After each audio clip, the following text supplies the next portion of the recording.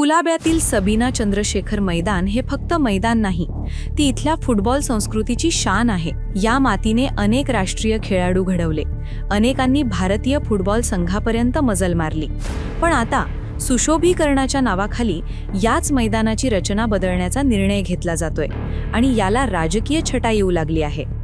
कुलाब्याचे स्थानिक आमदार राहुल नार्वेकर, स्थानिक नगरसेवक मकरंद नार्वेकर आणि मुंबई महापालिकेतील सत्ता सगळीकडे एकाच पक्षाचे वर्चस्व असताना स्थानिकांचा विरोध डावलून असे निर्णय घेतले जात असतील तर प्रश्न उपस्थित होणं स्वाभाविक आहे. विरोध होणार नाही, चर्चा होणार नाही आणि थेट निर्णय राबवले जाणार. ही लोकशाहीची पद्धत आहे का? महाराष्ट्र नवनिर्माण सेना या निर्णयाचा कडाडून विरोध करत आहे. त्यासाठी 25 फेब्रुवारी रोजी मनसेच्या वतीने कार्यक्रम आयोजित करण्यात आला. यावेळी मनसे नेते अमित ठाकरे यांनी स्वतः फुटबॉल खेळत या सुशोभीकरणाचा विरोध दर्शवला. शिवसेना खासदार अरविंद सावंत, मनसे नेते बाळा नांदगावकर व इतर पदाधिकारी उपस्थित होते. मनसे नेते अमित ठाकरे, जे स्वतः फुटबॉलचे चाहते आहेत आणि खेळाडूंच्या प्रश्नांवर नेहमी भूमिका घेतात, त्यांनीही या सुशोभीकरणाच्या पद्धतीला विरोध दर्शवला आहे.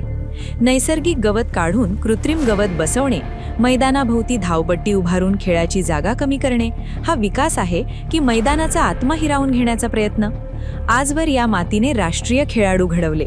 उद्या ही मातीच उरली नाही तर नव्या पिढीला काय मिळणार? याहून गंभीर चर्चा म्हणजे हे सुशोभीकरणाचं काम ज्या कंपनीला देण्यात आलं आहे त्या कंपनीत रचना नार्वेकर यांची भागीदारी असल्याची चर्चा परिसरात रंगली आहे. ही चर्चा खरी आहे का? असल्यास हितसंबंधांचा संघर्ष नाही का? आणि जर चुकीची असेल तर प्रशासनाने याबाबत स्पष्ट खुलासा का करू नये? जनसुनावणी नाही, खेळाडूंचा अभिप्राय नाही, पारदर्शकता नाही आणि थेट कामाला सुरुवात? हे सुशोभीकरण नसून संशय निर्माण करणारी घाई वाटतीये. मनसेचा इशारा स्पष्ट आहे. मातीचं सुंदर मैदान सुशोभीकरणाच्या नावाखाली उद्ध्वस्त करू देणार नाही. खेळाडूंच्या हक्कावर गदा आणणारा कोणताही निर्णय सहन केला जाणार नाही. प्रशासनाने तात्काळ काम स्थगित करून स्थानिकांशी, खेळाडूंशी चर्चा करावी, अन्यथा रस्त्यावर उतरून तीव्र आंदोलन छेडले जाईल.